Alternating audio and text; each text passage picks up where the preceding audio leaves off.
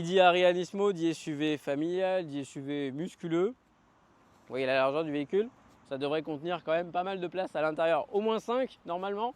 Alors on va regarder pour les familles si c'est adapté.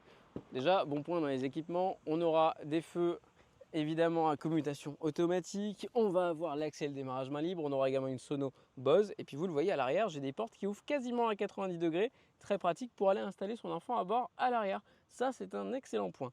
Les sièges à l'arrière sont un peu inclinés, on est plutôt bien et on a également le même traitement de sellerie à l'arrière qu'à l'avant, donc c'est plutôt bien également. On a deux ports USB-C qui sont bien visibles, bien pratiques et des entrées d'aération, donc pas réglables au niveau de la ventilation. Je suis bien installé, dommage que dans la version Nismo en quête de poids, et pourtant il lui reste 2,2 tonnes sur la balance, on n'ait plus de toit panoramique. On gardera quand même un ciel de toit noir et des habillages en contreporte en suédine qui rehausseront le niveau visuellement de l'habitacle. Rien à redire à cet endroit-là, on va voir si ça a été fait au dépit du coffre.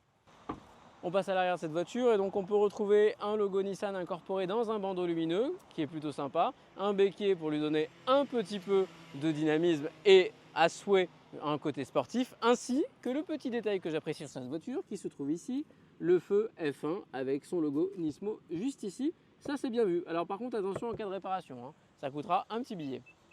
On garde quand même un double fond pour les câbles de rangement. Évidemment, le coffre est un peu entravé par la sonorisation Bose qui vient se loger ici. Mais on garde près de 600 litres de coffre, surtout à hauteur de chargement, très pratique. Là encore, si vous avez un enfant, une fois que vous avez chargé l'enfant à l'arrière facilement, vous pourrez charger sa poussette ou l'enfant ici, là, sans trop de difficultés. Donc comme vous le voyez, ce véhicule-là a des velléités de familial. On va voir sur la route comment il se débrouille. En revanche, n'espérez pas un véhicule sportif, tout au plus un véhicule dynamique, 435 chevaux. Voici la promesse de ce Nissan Ariya Nismo, 59 990 €. Dites-moi en commentaire ce que vous pensez de cette voiture.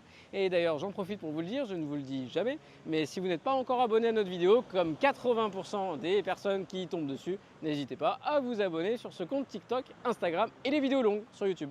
Mon avis personnel, c'est que je ne l'achèterai pas et c'est dommage car j'aime bien le design.